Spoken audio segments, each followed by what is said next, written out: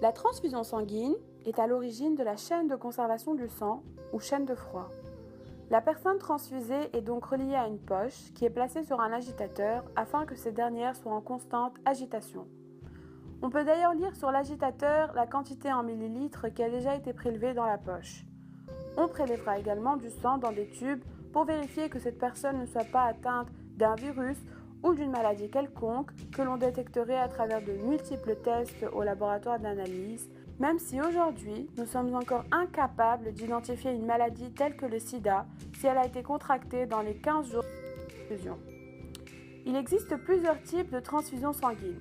En effet, on peut prélever le sang total, qui est un don qui dure entre 5 et 15 minutes, les plaquettes selon la technique aphérèse qui dure entre 4 et 10 minutes pour un don simple et jusqu'à 7 minutes pour un don double, le plasma par plasmaphérèse qui dure entre 35 minutes et 1 heure et qui permet de prélever jusqu'à 875 ml de plasma. Voici les emplacements de conservation des cellules souches. Elles sont placées dans de l'azote à moins 180 degrés. Nous sommes ici au cœur de la préparation du sang qui implique sa conservation. Un certain nombre de poches sont disposées sur la table à une température ambiante de 20 à 25 degrés. Dans notre cas, ce sont toutes des poches triples, 3 poches conservables pendant 45 jours.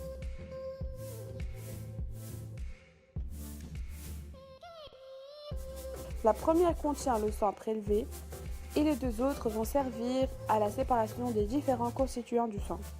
Chacune est étiquetée avec le même code barre correspondant au donneur.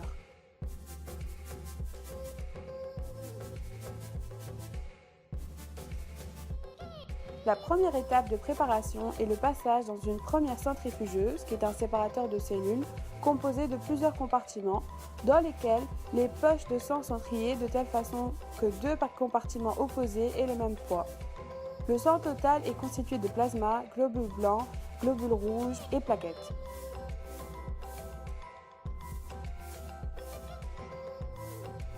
En France, il est possible de donner son plasma jusqu'à 24 fois par an, 4 fois par an pour un don de sang total pour une femme et 6 fois par an pour un homme. La limite de don de plaquettes est de 12 fois par an. Ces limites varient d'un pays à l'autre.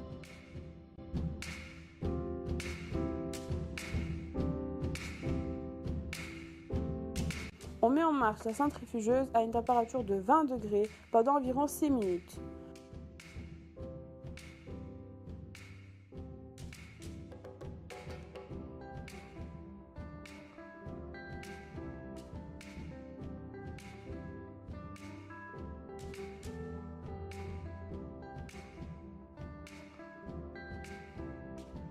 À la fin du premier tour, on peut observer une première séparation du plasma orange et des globules rouges grâce à un extracteur.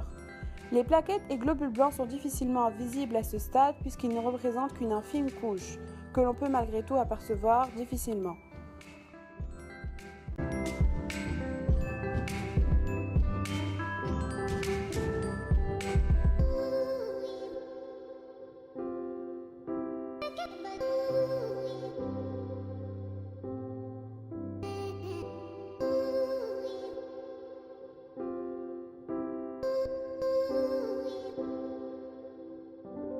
On réalise par la suite un deuxième tour en mettant les poches de sang dans une deuxième centrifugeuse.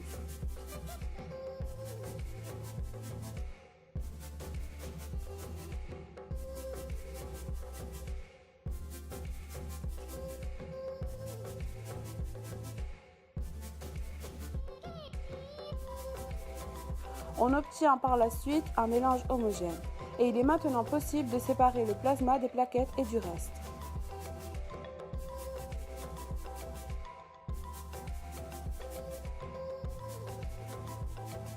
On fait en sorte de les séparer et de laisser un minimum de plasma, environ 300 ml, dans la poche supérieure, donc celle qui est disposée sur la table.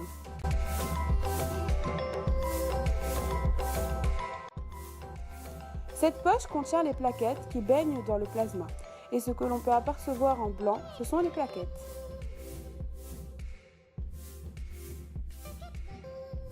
La conservation des plaquettes se fait dans un agitateur à 26 degrés afin que le mélange soit homogène en permanence durant 5 jours.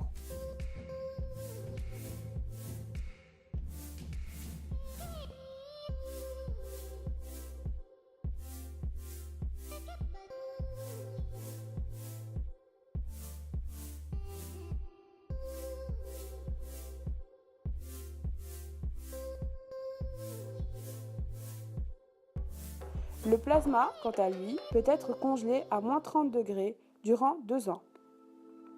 Cette étape est précédée d'un premier choc thermique à moins 80 degrés durant 24 heures. Avant sa distribution, il est placé dans un bain-marie puis subit un deuxième choc thermique à moins 80 degrés. Il peut être utilisé pour fabriquer des médicaments dont les malades peuvent avoir besoin s'ils souffrent par exemple d'un désordre immunitaire plus ou moins sérieux, d'un déficit de la coagulation ou encore de grandes brûlures. Ici, nous avons le sang total qui est disposé en fonction du facteur Rhésus dont il est porteur et du groupe sanguin.